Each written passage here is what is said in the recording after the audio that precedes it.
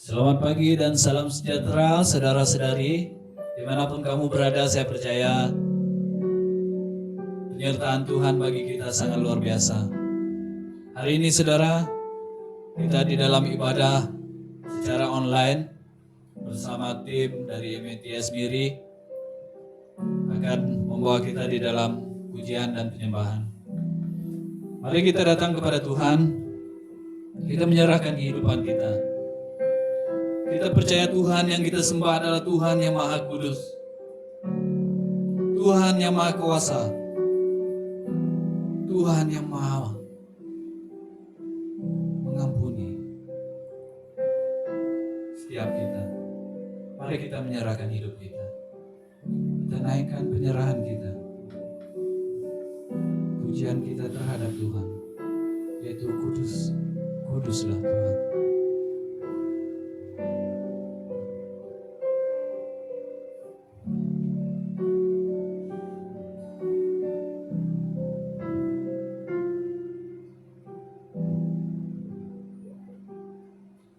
Datang Tuhan dalam hadirat-Mu, perhiaskan kekudusan seluruh surga sujud menyembah-Mu. Ku tersungkur dan berseru, ku datang Tuhan dalam hadirat-Mu, perhiaskan kekudusan seluruh surga sujud menyembah-Mu. Ku tersungkur dan berseru,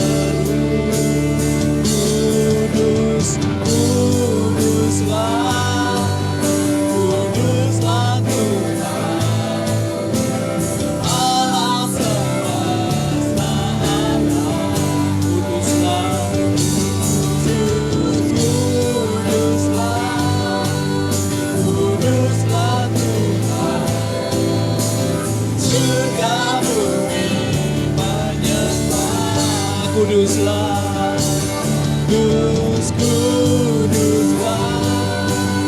kuduslah Tuhan, Allah semesta alam.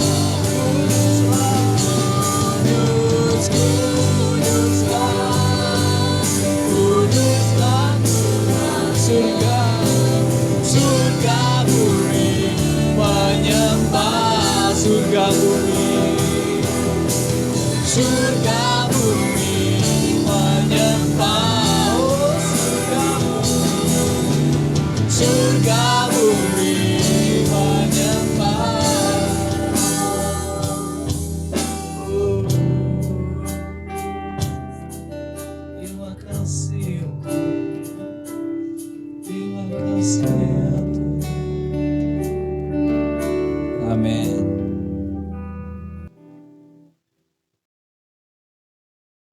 Haleluya, haleluya. Sekarang ini kita sangat bersyukur. Hari ini kita dapat bersama, walaupun kita dalam keamanan yang tidak berapa tenteram, dimanapun kita berada. Dan mari kita datang kepada Tuhan. Hari ini kita ingin memuji nama Dia, sebab Dia yang layak dipuji. Mari kita serukan namanya.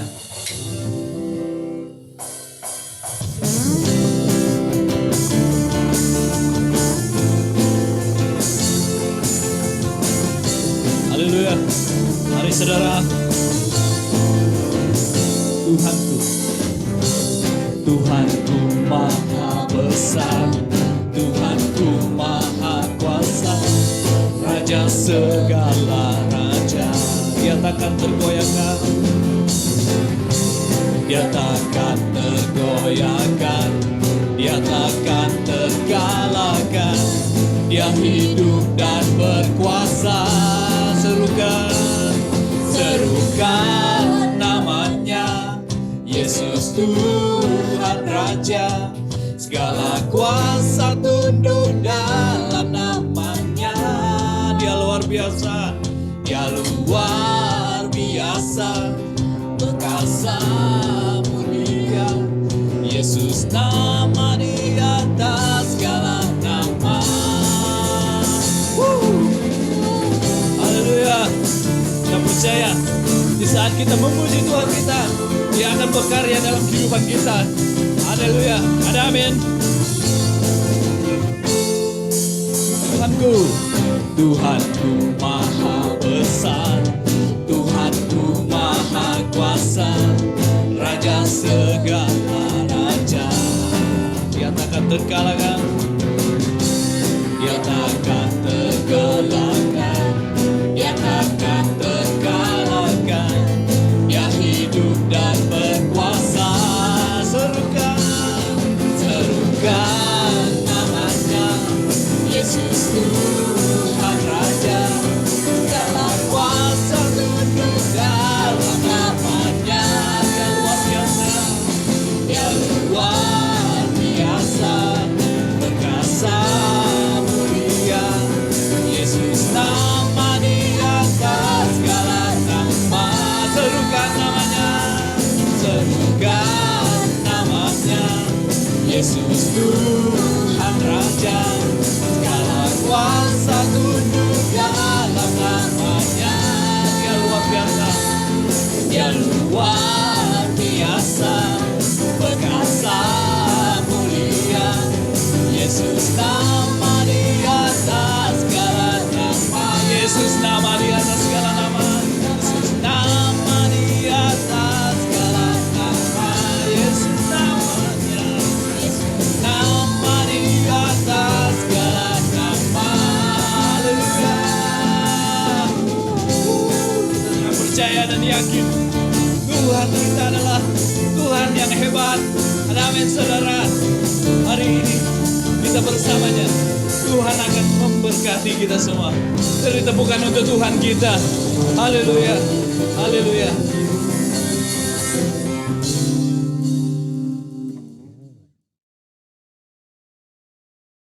Saudara, sebentar lagi kita akan mendengar daripada sabda firman Tuhan.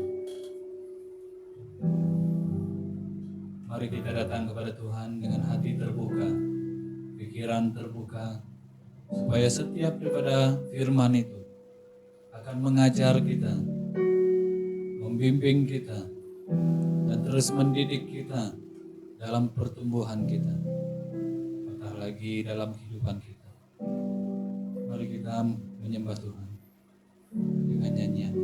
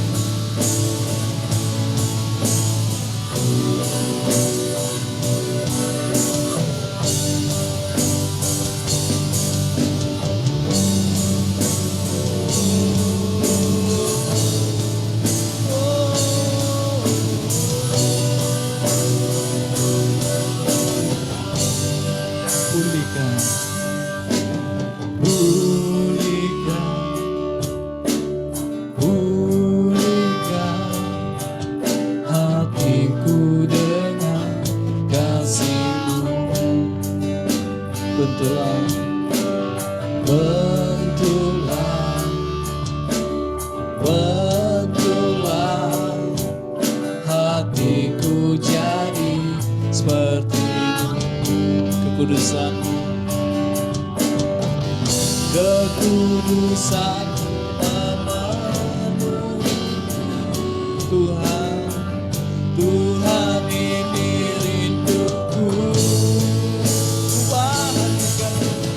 Hatiku seperti hatimu, kudus berkenan bagimu,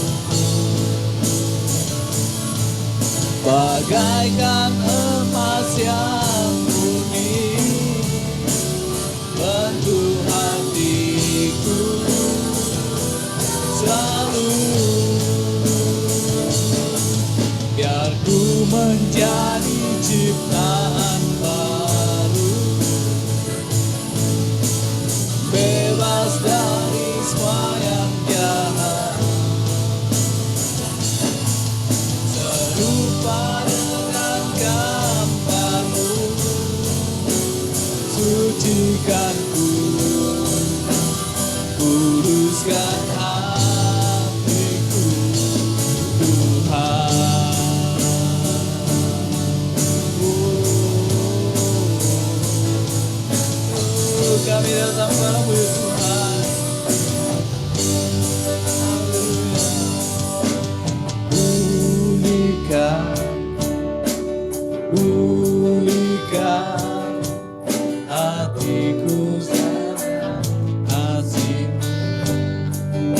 Bentulah,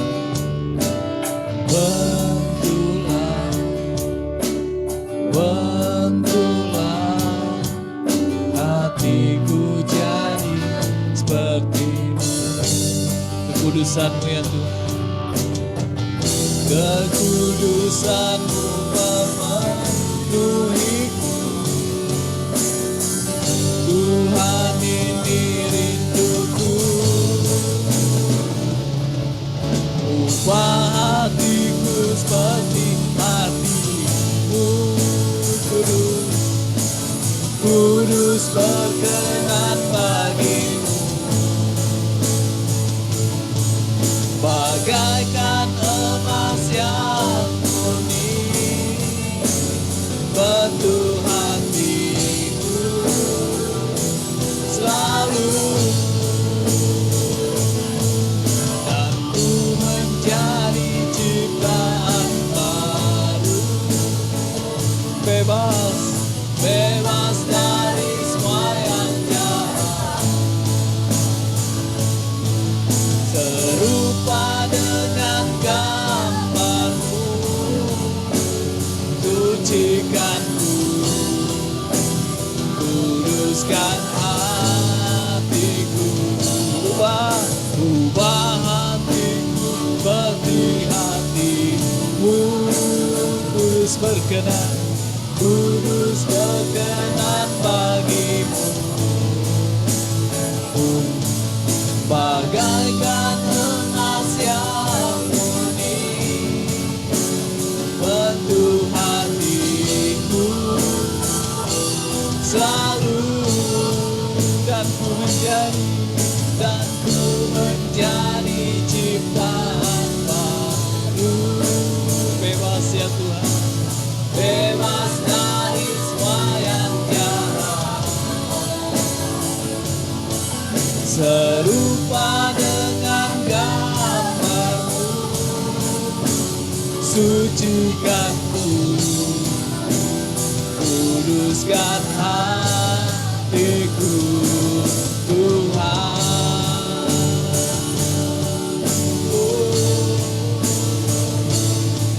Ini kami ya Tuhan, anak-anak muda kami pada Engkau.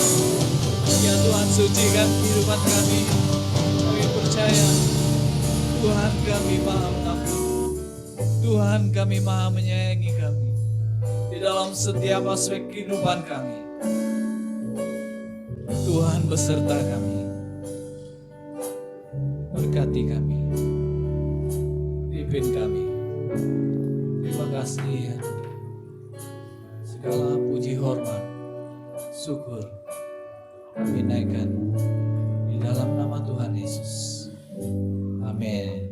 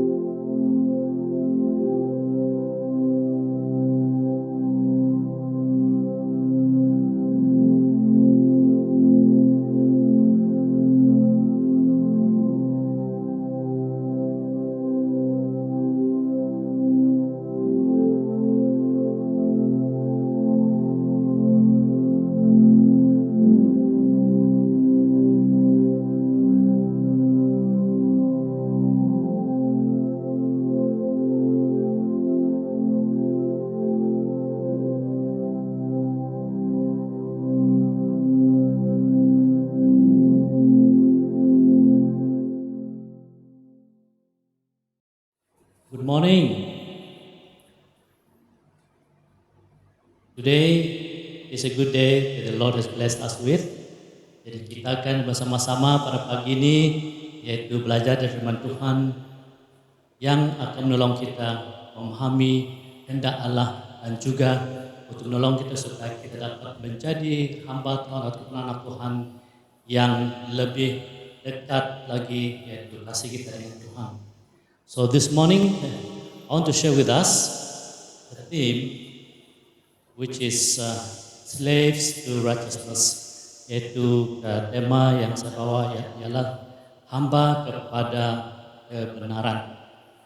Dan untuk itu mari kita baca terus dari firman Tuhan, itu dalam Roma bab 6 ayat 15-33. Oke, dan saya akan baca untuk kita, dan saya harap supaya kita juga dapat baca bersama-sama di mana pun kita berada. Ayat 15 mengatakan, jadi bagaimana? Apakah kita akan berbuat dosa karena kita tidak berada di bawah hukum Taurat, tetapi di bawah kasih karunia? Sekali-kali tidak. Apakah kamu tidak tahu bahwa apabila kamu menyerahkan dirimu kepada seseorang sebagai hamba untuk mentaatinya, kamu adalah hamba orang itu. Yang harus kamu taati baik dalam dosa yang memimpin kamu kepada kematian maupun dalam ketaatan yang memimpin kamu kepada kebenaran. Tetapi syukurlah kepada Allah, dahulu memang kamu hamba dosa, tetapi sekarang kamu dengan segenap hati telah mentaati pengajaran yang telah diteruskan kepadamu. Kamu telah dimerdekakan dari dosa dan menjadi hamba kebenaran. Aku mengatakan hal ini secara manusia karena kelemahan kamu. Sebab sama seperti kamu telah menyerahkan anggota-anggota tubuhmu menjadi hamba kecemaran dan kedurhakaan yang membawa kamu kepada kedurhakaan, demikian hal kamu sekarang harus menyerahkan anggota-anggota tubuhmu menjadi hamba kebenaran yang membawa kamu kepada pengudusan. Dan ayat 20, sebab waktu kamu hamba dosa, kamu bebas dari kebenaran. Dan buah apakah yang kamu petik daripadanya? Semuanya itu menyebabkan kamu merasa malu sekarang karena kesudahan semuanya itu adalah kematian. Tetapi sekarang setelah kamu dimerdekakan dari dosa dan setelah kamu menjadi hamba Allah, kamu beroleh buah yang membawa kamu kepada pengudusan dan sebagai kesudahannya ialah hidup yang kekal. Sebab upah dosa ialah maut, tetapi karunia Allah ialah hidup yang kekal dalam Kristus Yesus Tuhan kita. Jadi untuk teks ini, bacaan kita, saya mau bawa kita sedikit tentang perihal latar belakangnya, the background of the message. Yang pertama yaitu kita harus tahu juga siapa pendengar, siapa yang membaca yaitu surat ini dari Paulus. Dan ada kemungkinan tiga jenis ataupun tiga audiens. Sama ada satu dari mereka, jadi yang pertama itu orang Yahudi yang percaya pada masa itu, dan yang kedua adalah orang bukan Yahudi tetapi percaya.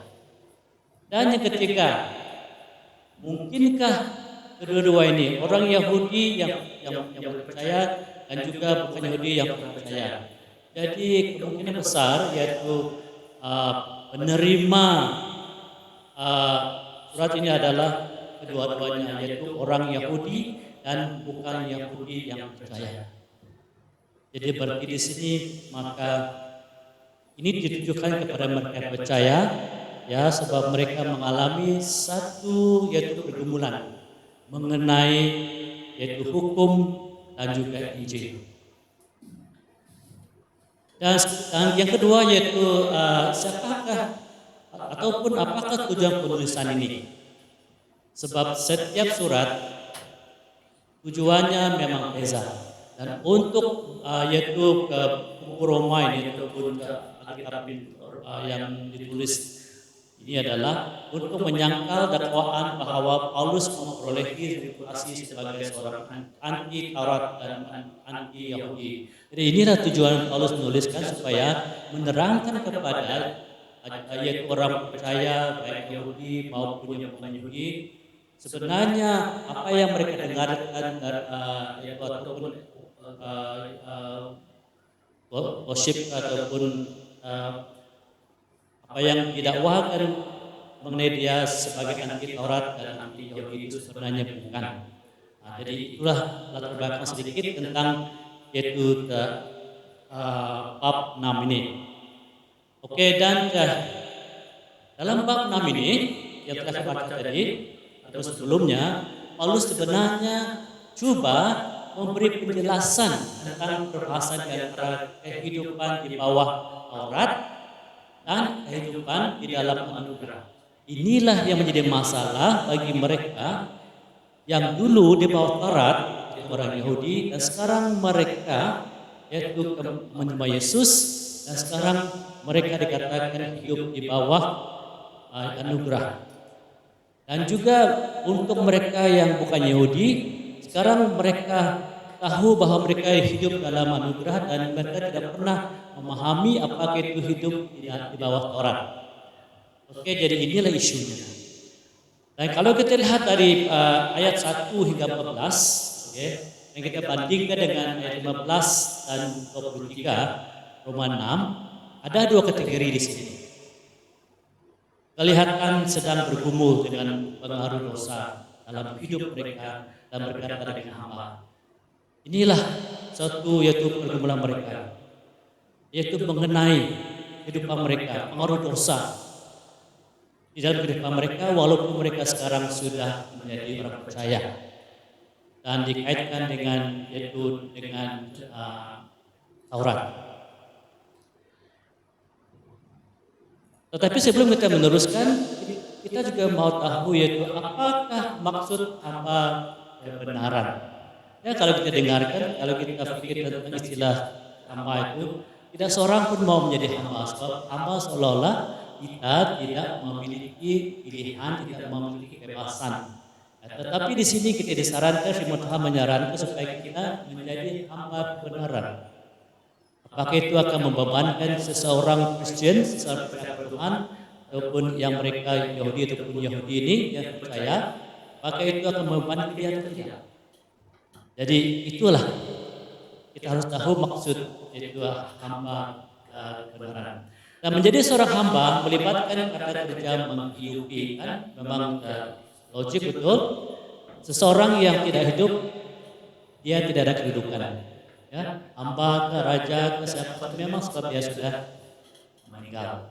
Hanya orang yang hidup dan melakukan itulah yang kita boleh akan menjadi hamba. Jadi seseorang dikenali sebagai seorang hamba apabila dia menjalankan kerjanya sebagai seorang hamba. Seseorang hamba itu dikenali sebagai hamba apabila dia menjalankan tugasnya sebagai hamba, bukan sebagai tuan, bukan sebagai orang lain, tetapi melakukan tugasnya sebagai hamba. Jadi berarti di sini panggilan untuk menjadi hamba kebenaran ada sangkut paut dengan gaya hidup seseorang.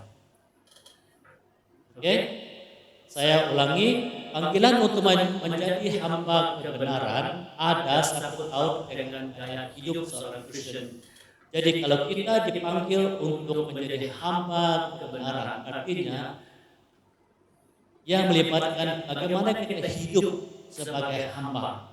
Itu nampak daripada kehidupan kita. It is our lifestyle that people see that we are servant of righteousness or slave of righteousness. Oke? Dan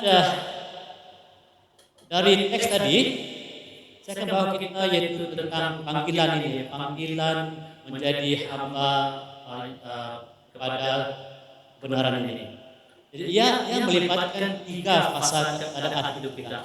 It involves 3 phases of calling in our lives. Jadi inilah yang saya mau bawa kita merenung, yaitu tentang 3 fase kehidupan kita, di mana kita mengalami dan juga menghidupi hidup sebagai yaitu hamba dalam ataupun hamba kepada kebenaran. Oke, yang pertama kalau yaitu hidup di bawah anugerah.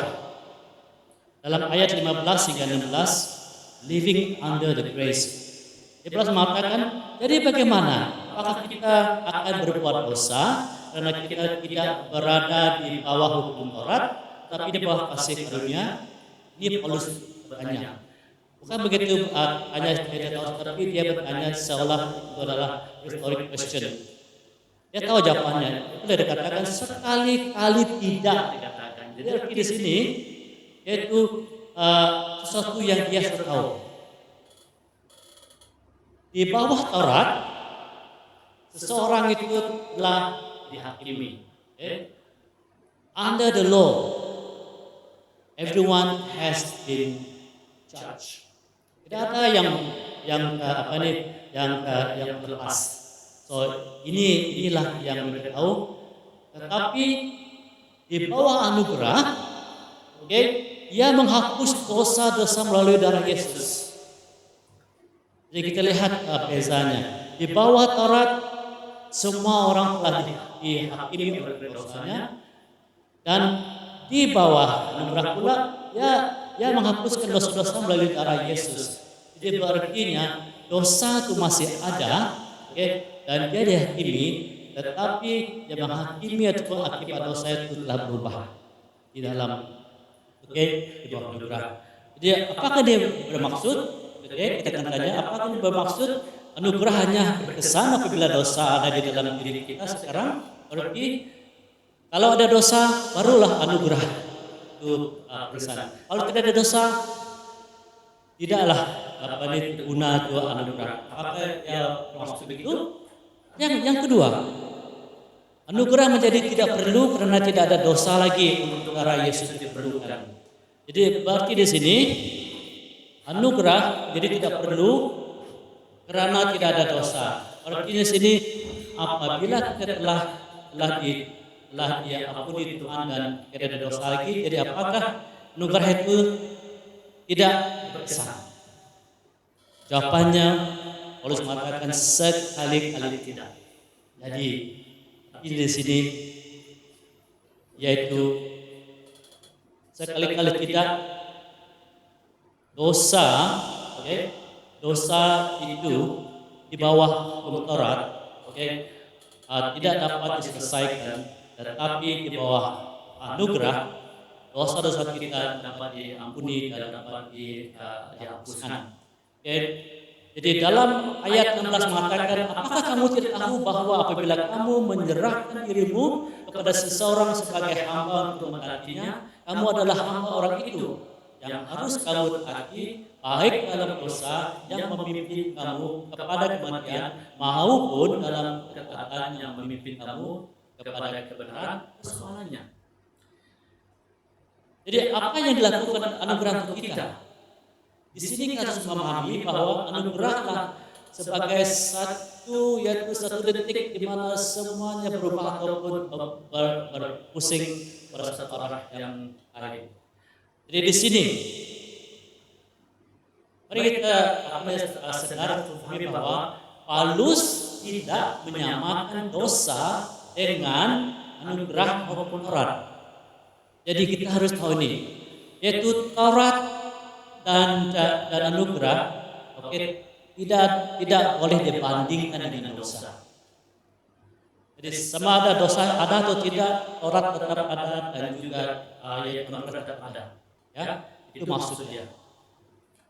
Dan Paulus juga menekankan satu tindakan tentang kehidupan seorang, yaitu apakah kamu tidak tahu bahwa apabila kamu menyerahkan dirimu kepada seseorang sebagai hamba untuk mentaatinya, jadi berarti di sini seseorang itu apabila kita menyerahkan diri kita kepada sesuatu atau seseorang, ketaatan itu dituntut. Jadi berarti di sini juga, yaitu apabila kita menyerahkan diri kita sebagai hamba kepada dosa, kita akan taat kepada berlaku dosa. Tetapi apa kita menyerahkan diri kita untuk taat kepada yaitu kebenaran, kita akan menjadi taat kepada kebenaran. Itu yang sebenarnya kalau kita tidak boleh menyangkal. Whether you like it or not, that is what we are doing automatically. Whether we are servants or slaves to righteousness or slaves to sin, when we made a choice Jadi itulah yang akan kita hidupi. Jadi tindakan berbuat dosa bukan itu yang diperlukan anugerah untuk menjadikan bermakna.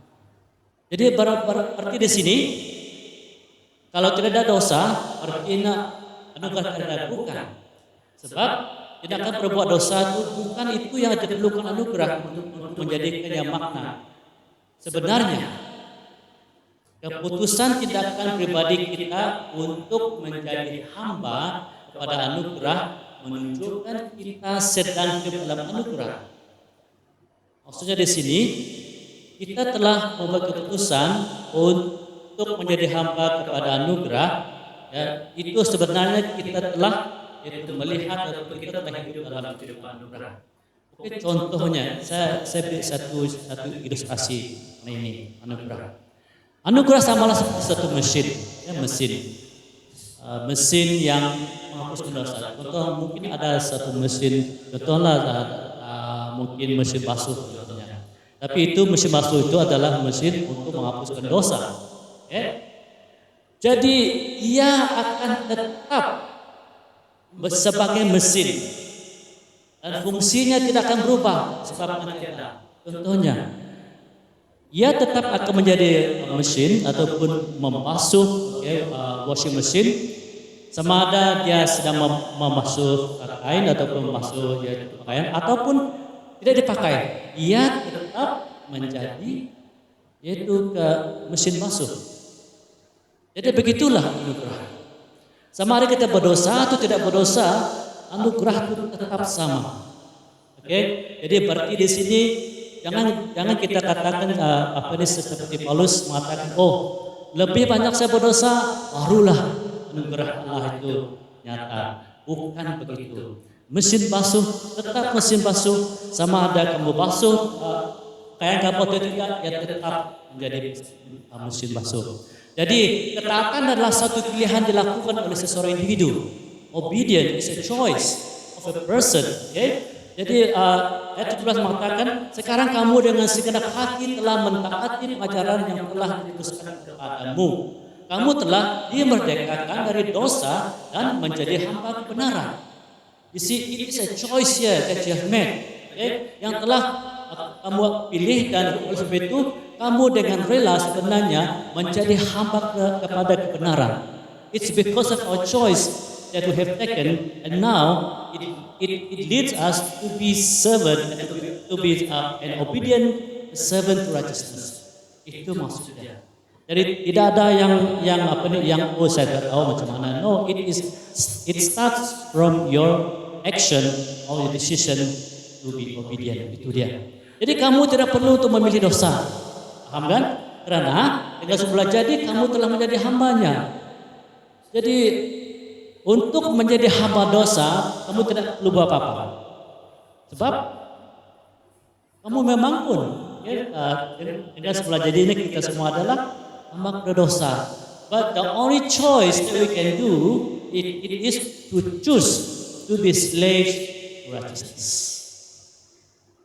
Inilah yang Paulus katakan, pilihlah untuk taat kepada kebenaran. So, dalam ayat 17 mengatakan, dahulu memang kamu hamba berdosa. So there's no one, exceptional here. Kita semua adalah orang berdosa. Jadi kamu perlu memilih untuk taat kepada Allah jika Allah engkau mau hidup yang benar. So yang pertama pada pagi ini, pilihlah untuk menjadi hamba yaitu kebenaran. Karena kalau kamu tidak pilih, kamu memang sudah berada di bawah ataupun kamu sudah pun menjadi hamba kepada dosa. Yang kedua yaitu hidup dalam ketaatan dalam firman Allah. Ya.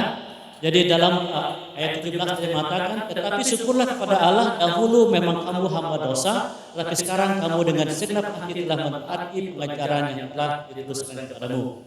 Kamu telah dimerdekakan dari dosa dan menjadi hamba kebenaran. Bagaimana ini boleh terjadi? Dikatakan kamu telah dimerdekakan dari dosa dan menjadi hamba kebenaran. Bagaimana terjadi?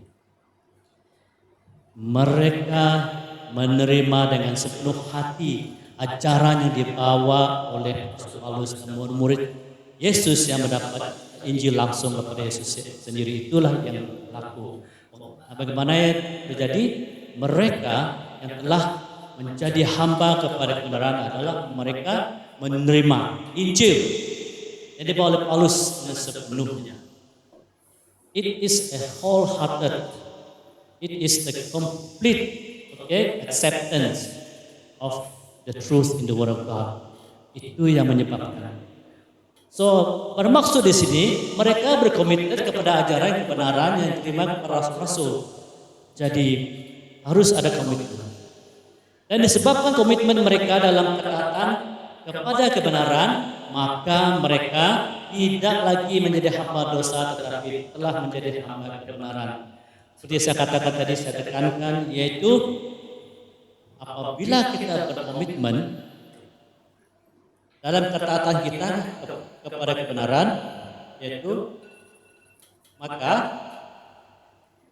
kita tidak akan menjadi yaitu was-was dalam hidup kita, dan itu akan kelihatan dalam yaitu hidup keseharian. So, firman Tuhan yang memperhalusi sifat-sifat mereka, itulah pentingnya. Yaitu yang kedua ini, yaitu hidup dalam ketaatan dalam firman Tuhan, itulah yang membolehkan kita menjadi hamba kebenaran, taat ke firman Tuhan. Oke? Dan seterusnya, yang ketiga, yang terakhir, yaitu hidup dalam kebenaran Allah. Inilah kita kira satu kategori yang ketiga untuk kita hidup di dalam ataupun sebagai hamba kepada kebenaran, yaitu hidup dalam kebenaran Allah. Sebelum menjadi orang percaya dalam Yesus Kristus, kita adalah hamba pada dosa. Melalui persembahan anggota kita, yaitu tubuh kita, pikiran kita, hati kita, dan semua tubuh kita, kita serahkan, kita menjadi hamba kepada dosa. Kepada kecemaran dan kedurhakaan, ayat 19 mengatakan. Efesus 2:3 juga. Tetapi sekarang, oleh mengatakan sebagai anak-anak Tuhan, Allah kita persembahkan tubuh anggota kita sebagai hamba kepada kebenaran yang membawa kita kepada pengudusan atau kebenaran. Jadi dalam kehidupan kita, kebenaran itu nyata. Bagaimana dia boleh dinyatakan ataupun boleh diterapkan? Yaitu yang pertama melalui pikiran kita. Oke, Kolose 3 ayat 2 dan juga Roma ayat 12 mengatakan, biarlah pikiran itu diperbaharui. Jadi kebenaran tentang kebenaran Allah itu adalah bermula dengan pikiran kita. Dan yang kedua, yaitu kita ataupun kebenaran itu bersebar ke hati kita. Dari kepala kita, ya kebenaran itu akan turun kepada hati kita, dan dalam Kolose 3:1. Berarti di sini hati kita harus yaitu menerima, kita harus yaitu hidup, hati kita dibentuk oleh kebenaran Allah. Dan dari pikiran ke hati dan selepas itu barulah dia pergi menguasai seluruh kehidupan kita.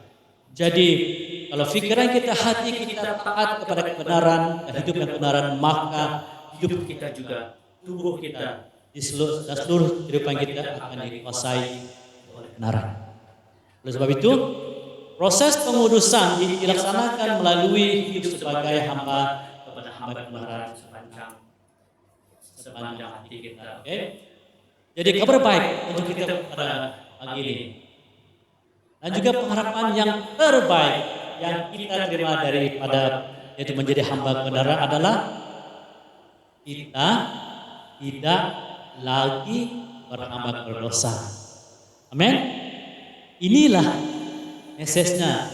Apabila kita memilih untuk mendengar firman Tuhan, untuk menjadi hamba Tuhan, kita tidak lagi berhamba berdosa. Jadi ini bermaksud kita dapat mengatakan tidak kepada keinginan dosa dan daging apabila bila masa sepanjang masa tinggal tetap hidup sebagai hamba Allah. So we are free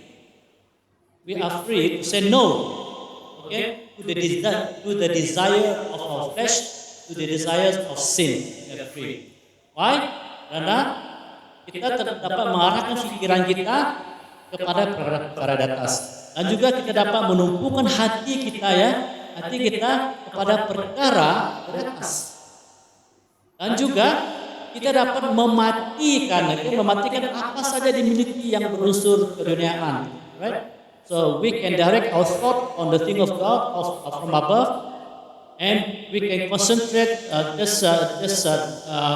get our heart overwhelmed by what is from above, and plus we can control the earthly nature that can cause us not to be obedient to God. Jadi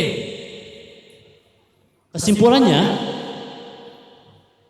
apa yang kita mau tahu tentang yaitu hamba kepada kebenaran, kehidupan kita di bawah anugerah adalah satu pilihan, right?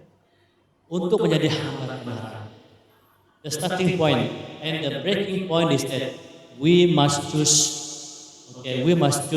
to be servant or be slave of Christ. Dengan itu kita akan bebas dari menjadi hamba dosa. Important. And after we've done that, sin no longer becomes our master.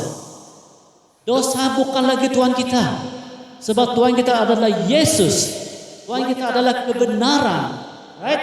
So it's important. Dan keinginan sifat berdosa kita akan muncul di depan kita dari semasa ke semasa, tetapi tidak membuat kita sebagai hamba kepada dosa lagi. Ya, dosa akan timbul, dosa akan muncul dan sebagainya, tetapi kita lagi bukan menjadi hambanya, because now we are the servant or slave of Christ.